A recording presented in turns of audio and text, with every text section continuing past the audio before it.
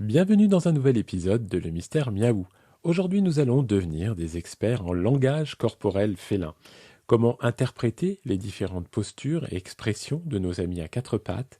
Eh bien, c'est ce que nous allons explorer ensemble. Préparez-vous à devenir un véritable traducteur de postures et de mouvements. Je suis Cyril Bauchet, comportementaliste félin et cat-sitter dans la vallée sud des Hauts-de-Seine. Ce podcast a pour objectif de vous donner quelques clés de compréhension concernant vos petits compagnons à quatre pattes.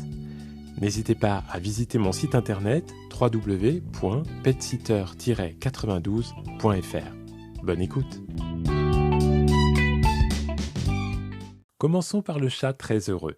Vous le reconnaîtrez facilement, il est droit sur ses pattes, la tête haute, avec des pupilles contractées, ses oreilles sont bien dressées et sa queue est également dressée. Elle peut même frétiller légèrement. C'est un signe clair de bonheur et de contentement. Et quand un chat est simplement heureux en posture normale, eh bien il affiche une posture similaire, debout, tête haute, pupilles contractées et oreilles dressées. La différence, sa queue prend la forme d'un point d'interrogation. C'est la posture classique d'un chat détendu et content.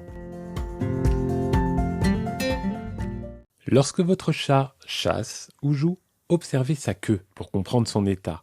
En chasse, sa queue forme un U, c'est la concentration totale. En jeu, sa queue est en l'air et se rapproche de plus en plus de son corps, signe d'excitation et d'amusement.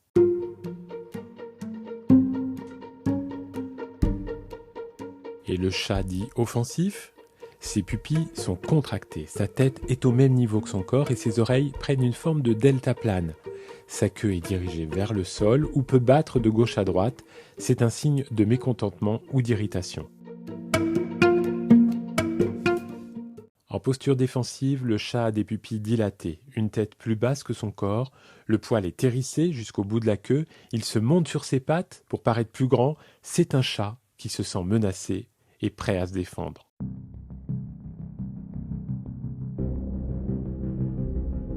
Enfin, le chat effrayé se reconnaît à ses pupilles dilatées, son corps et sa tête ramassés au plus près du sol.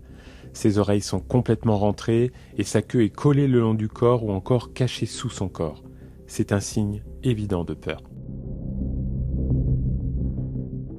Voilà pour les bases du langage corporel félin. En apprenant à lire ces signes, vous pouvez mieux comprendre et répondre aux besoins de votre chat.